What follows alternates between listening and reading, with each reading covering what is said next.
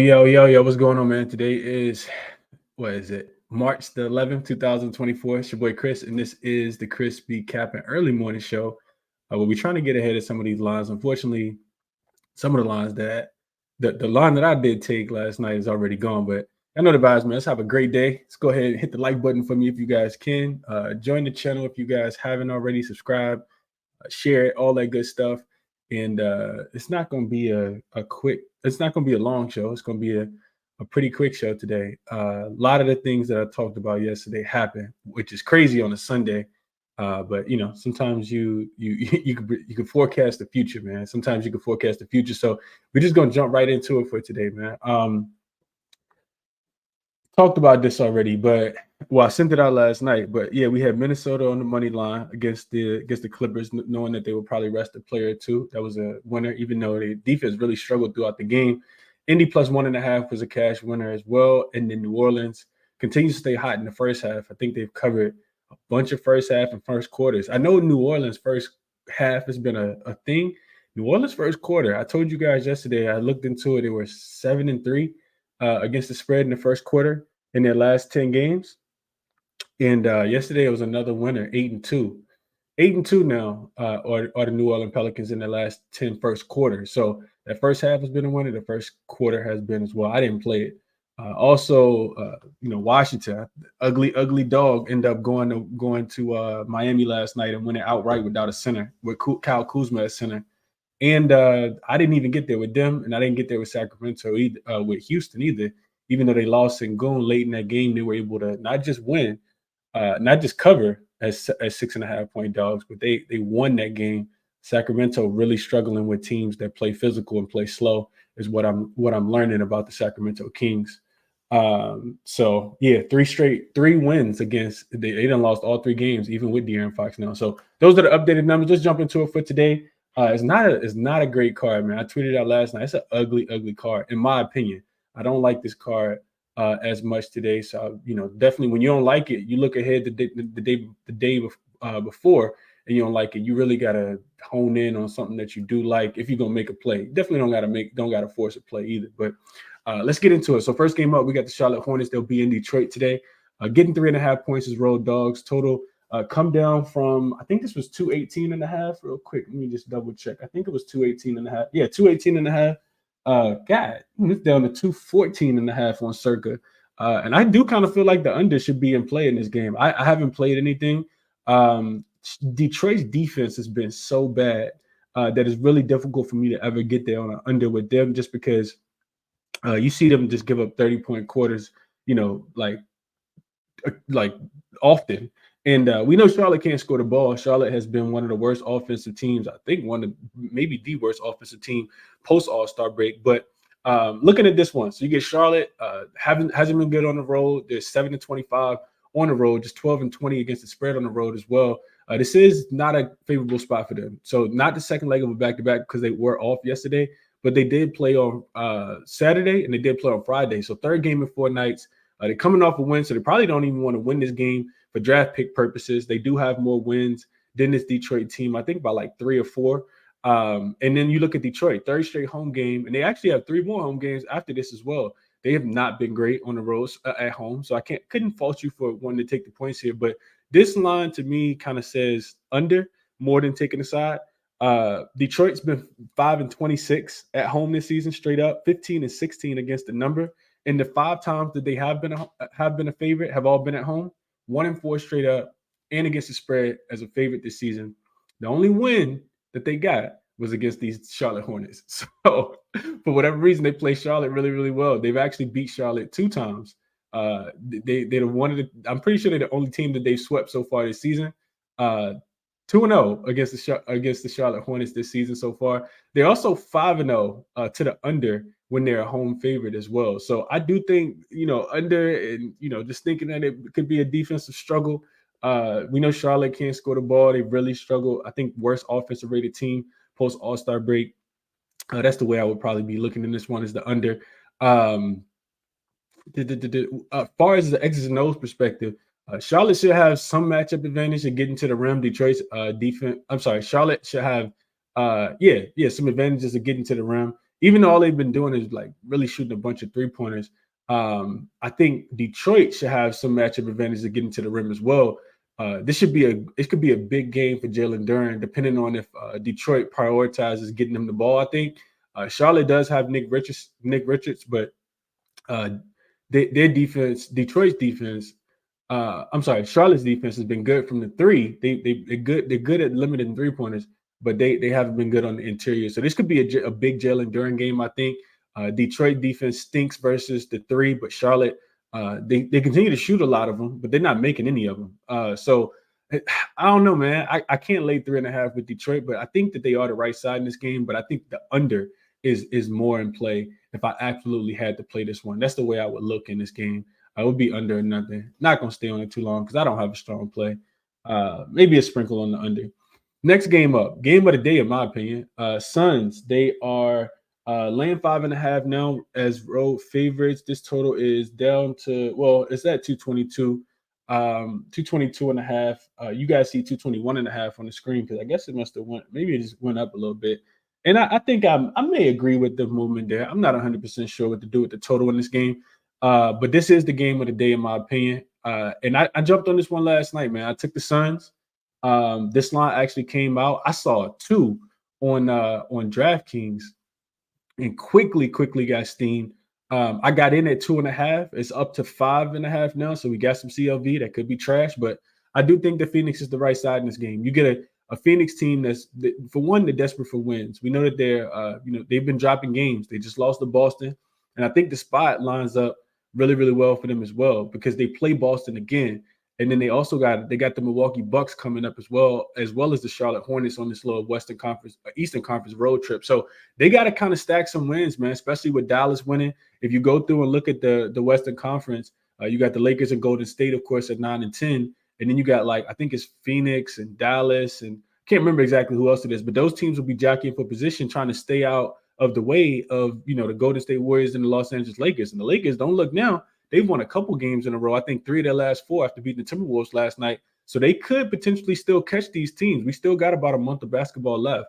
The Cavs, man, they're depleted right now. You listen to the post-game interview last night with Coach JB Bickerstaff. He said, man, they got hot from 3, talking about the Brooklyn Nets. We know that the Suns can also get hot from 3. And this team was extremely shorthanded. I mean, I couldn't take the points with Brooklyn last night, but after I did the show yesterday, Lonnie Walker got rolled in and Dean Wade got rolled out. And I said, there's no way I can bet Cleveland now. So, they got hot from 3. I think they hit 18 threes last night. The Brooklyn Nets did. Now you catch the Cavs on the second leg of a back-to-back where they're only 4-7 straight up, 3-7-1 against the spread. And you get a Phoenix team that's probably going to be fired up, man.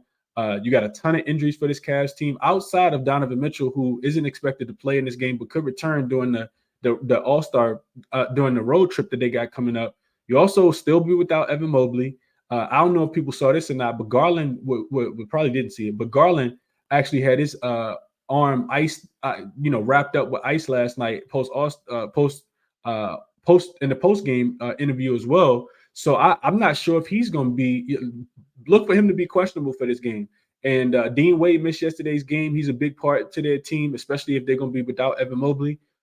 He could return today. I'm not 100% sure. So I kind of just jumped ahead because I was like, well, at least Phoenix is going to get Devin Booker back.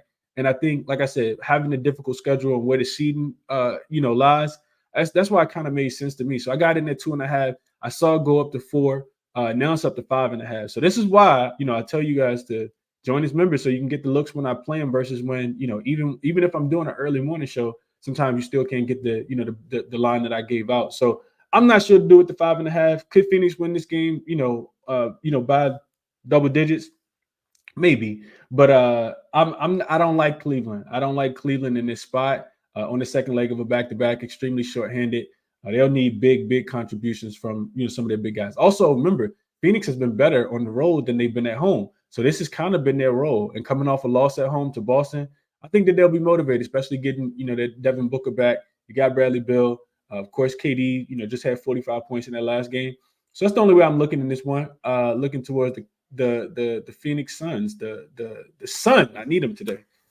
All right, so next game up, let's go over to Chicago. We got the Bulls. They will be back at the crib, getting 4.5. I think is the consensus. This line actually opened at 3. I think 3.5, and money quickly goes in on the Dallas Mavericks last night. I can't quite get there with Dallas. They be the right side. They could potentially total in this one actually going up, which makes a ton of sense to me as well. I'll talk about the total in just a second, but I probably will get there with the over in this game. 231.5 is what it opened at, and you guys see it up to 233 now. So Dallas should get lively back. This team has performed a lot better, just like the Phoenix Suns performed a lot better on the road than they have at home. The 17-13 straight up at on the road, 19-11 against the spread on the road, and they're 13-3 straight up and against the spread as a road favorite. So this has been the road for the Dallas Mavericks. This is the second straight road game and the last game of a little short 2-game road trip. They coming off the win against the Detroit Pistons, where they absolutely smoked the Pistons the other day. I think they scored about 140 points. And they got a big game coming up on Wednesday at home against the Golden State Warriors. That game will be huge for seeding. So on the Chicago side, same injury report. They'll be still missing, Patrick Williams, and Zach LaVine, of course, is out for the season. This team has not been that good. Dallas is crazy. Chicago's actually been a little bit better on the road. They're 16-15 at home. 15-15-1 against the spread, so nothing really there. They are 7-6 straight up, 7-5-1 against the spread as a home dog, and then 9-4 to the over in this spot. This is where Chicago typically scores a few more points, and the defense has absolutely been trash as well. So I think even though both of these teams play at a slow pace, I think the over is probably the best place. This will be the Chicago. This will be their first game back home off the 4-game West Coast road trip as well, and they did go 3-1 straight up in that road trip. They beat the Jazz, but didn't cover the late line. Beat Golden State on the second leg of a back-to-back, and then lost to the Clippers. Just got smoked in the second half. I think they were outscored like 60. Was it like 60, like 60 something to like 37 or something like that? It was crazy. You could tell they just kind of ran out of gas. From a head-to-head perspective, and this is one of the reasons why I kind of took my time with Dallas in this spot. Dallas has really struggled to win in Chicago specifically. Sometimes these teams just don't play well in these non-conference games on the road. Dallas, I think they've lost the last 4 in a row in Chicago specifically. Luka's really struggled in Dallas as well. I think he's 1-2 maybe straight up in his career against the Chicago Bulls. So for whatever reason, kind of like the Pelicans when they go to Utah, kind of like Atlanta, the Hawks when they go to Brooklyn. They just don't play well. And that really kind of, deterred me away from taking the Dallas Mavericks, even though I feel like they could potentially win this game. They're also just not playing a lot of defense. But I don't like the spot for Chicago here. And that I'm kind of going back and forth, but I'm giving you guys reasons, at least in my opinion, why I couldn't play the spread. Chicago, like I said, coming back home off that 4-game road trip. Home dogs coming off a 4-game road trip this season, 21-30 against the spread. That's only 41%. They also 22-1 to the over. That's 58% said that this game goes over. I couldn't quite get there with the side. Bulls have also in a bad travel spot. So outside of them coming back home off a 4-game road trip, they also got there's only a one-off home game. Then they got to go back on the road. They play the Pacers on Wednesday in Indy. So not the greatest spot for the Bulls here. Like I said, maybe an over, man. Dallas defensive numbers after the All-Star break have been really bad. They're 30th in opponent points allowed per 100 possessions. 29th in opponent effective field goal percentage. They're 20th in forcing turnovers, 6th highest fouling rate.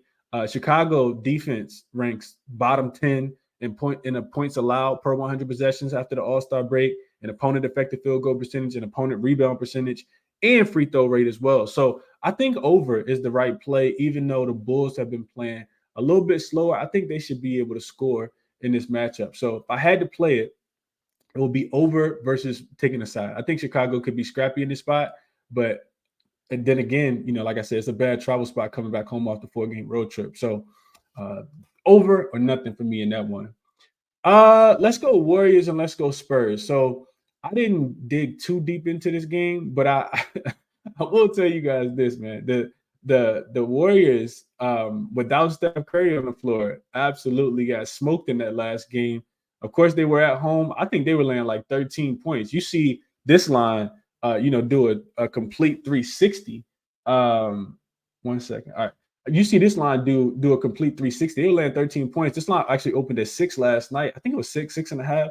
Of course, had the second of a little back-to-back series. And San Antonio has been the hotter team as of late, 7-3 against the spread in their last 10 games.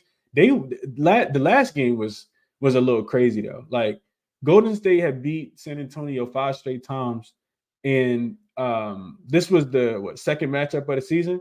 But some of that I think looked a little fluky to me, man. I'm not sure if San Antonio, especially without Victor Wembanyama. I mean, Victor Wembanyama and Devin Vassell didn't play in that last game, and San Antonio shot the ball 52% from the three-point line. That does not typically happen. Golden State gave up 126 points at home. San Antonio was shot 17 for 33 from the three-point line. I think that regresses, and you see this total already coming down. San Antonio's defense has been much better after the All-Star break. I'm not 100% sure why. Now you get Victor Wembanyama back, and I think Devin Vassell is also off the injury report. This could be a tough spot for Golden State, man. And I think the money already come in on San Antonio, which is why this line's down to 4.5. It also has come in on the under. This opened at 228.5, and you see it down to 227 already. Circa just opened at a 225.5 as well. So people are thinking San Antonio is going to be able to keep this game close. Kept, like I said, number coming down, and Golden State, they'll be. They probably got a bad taste in their mouth, but I don't know, man. I didn't really get a chance to watch that game except the end of it. So maybe I'll go back and look at it a little bit more. It kind of screams Golden State early. In a bounce back spot, but not anything I could put my money on. I kind of need to see it, especially without Steph Curry out there on the road, where I will say the Golden State Warriors have been a lot better than they have been at home this season, but not anything I feel too inclined to bet here, man. Not, if I'm being honest with you guys, not anything I feel too inclined to bet. Real quick, let me just look at my numbers on this one. So after the All-Star break, San Antonio still struggling defensively. That game just felt kind of fluky. Golden State still, much better offensively, defensively, but this is not factored in without Steph. Let's see what else. So the one thing that really stands out to me is that the Warriors, while they shoot a bunch of threes, the Spurs have been the 7th best three-point defense. They're the 1st best corner 3 defense. And this is all after the All-Star break. Unless they're going to put it's difficult to get to the rim too. So, I guess I agree with I agree with all of this. Spurs defense is really, really ramped up. They're number 1 in corner 3 frequency and accuracy, and opponent 3-point frequency and accuracy. Number 7 in opponent 3-point accuracy overall, and they're actually allowing just the second fewest 3-point attempts as well. So their defense has been really, really good against the 3. We know that the Golden State Warriors don't want to attack the rim. They only get into they're actually the second worst. They're attempting the second fewest shots at the rim after the All-Star break, even though they are making the 3rd highest percentage. So this, if Golden State, I guess if they want to attack the rim, but you still got to worry about Victor Wembanyama. It's not a good spot for Golden State, in my opinion. Let's just put it like that. Golden State first half may be the better look, even though the Spurs have been a little bit better in the first half as of late. I can't quite get there, but best of luck to you guys if you're playing this one. I don't know. I guess I gotta dig a little deeper, but it's probably a game I won't play.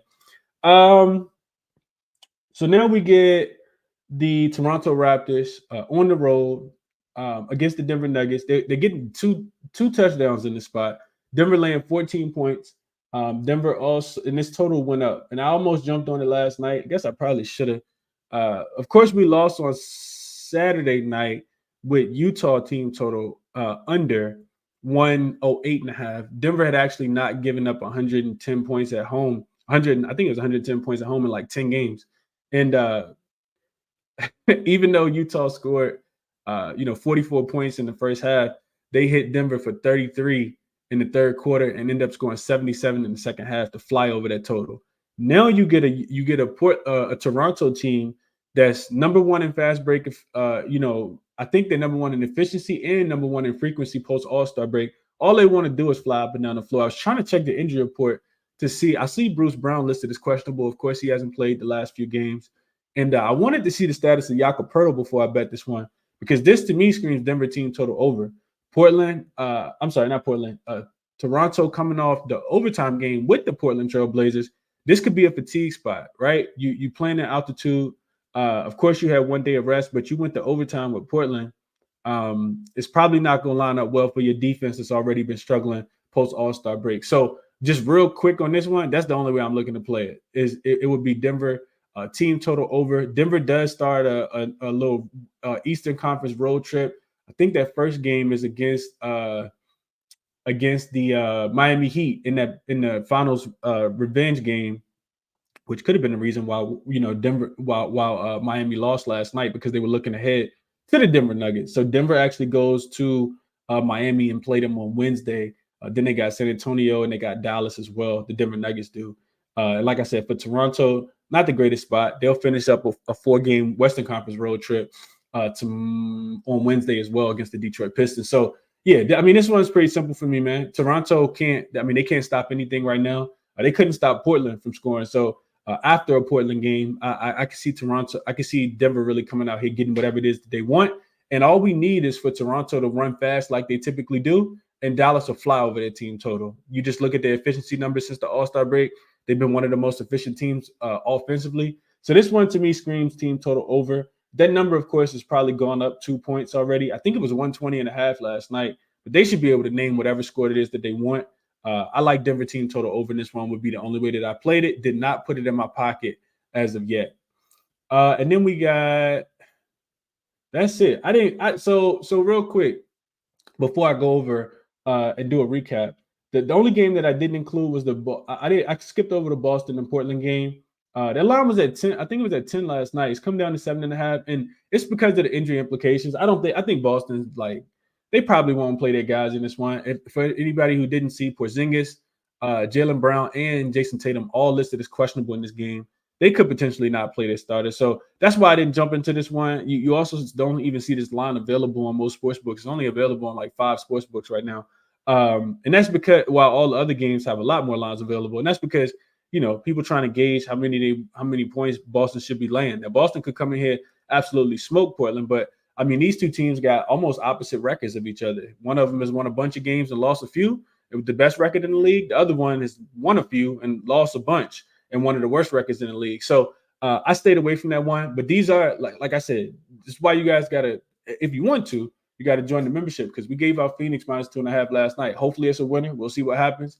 But I also put these other ones up here that I'm considering as well. Like I said, didn't play any of them. But Charlotte, Detroit, under 216.5. Remember, Detroit's been a favorite 5 times this season. They're 5-0 to the under in those games. Charlotte been really good defensively. They've been better than Detroit defensively post All-Star break, but their offense can really sputter at times. So if they didn't get to 105 points, but they also didn't let Detroit get to 105 points, that wouldn't surprise me. So under for Charlotte and Detroit, as that total drops to 215, which I probably may be able to find a 216 again right now. And then Dallas and Chicago, I do think that game goes over the 233, and Denver team total over as well would be the way that I would look. Also, I see the Phoenix and Cleveland game total dropping as well. 222.5 is what I had on the screen. It's down to 221.5. And it's probably going to continue to drop, man. I do think, one thing I hadn't really looked into for Phoenix, I knew they were trending towards the under. Phoenix is actually 10-0 to the under in their last 10 games. They've continuously gone under the total, even if it's by half a point. I think that Boston game, last game, was they only went under by half a point, but they've continued to go under as well. So that's the way I would kind of look for all the games, man. I appreciate everybody for tapping in.